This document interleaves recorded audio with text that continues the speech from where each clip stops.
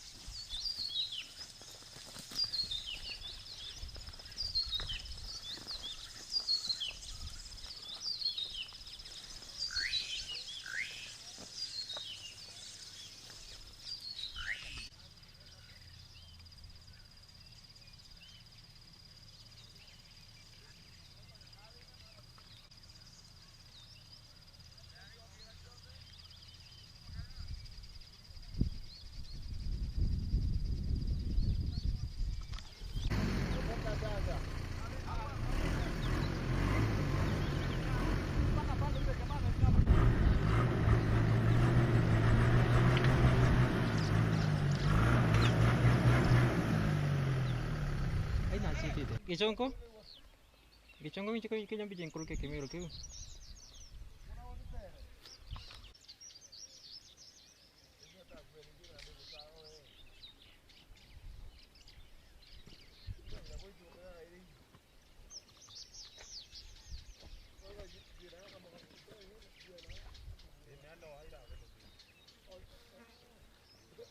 We came very early in the morning. By 7 we were here because we really wanted to spray them today.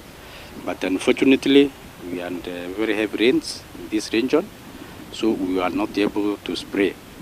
But I might say that with the first incidence of locusts was reported in MERU on Friday evening, which settled at Kitui area, and we were able to be there very early in the morning. It moved to a place called Mariara, and on Sunday morning we were able to spray that swarm that was at Mariara area, and many of the locusts died, but still the some that remained, we did another spray on Monday morning, but still we still have some that have not died, and we are continuing monitoring their movement. Yesterday, that is Monday, we had another swarm that joined the other swarm that was at Mariara.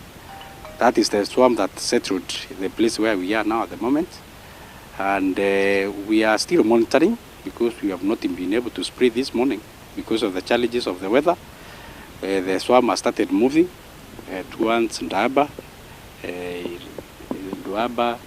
towards the other side of Shaba.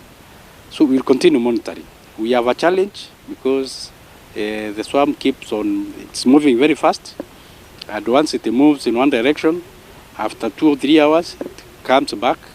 So we have a team on the ground that is doing surveillance, drawn from the administrators and the team from the Ministry of Agriculture. Our officers on the ground throughout the day doing surveillance so that we're able to monitor the movement.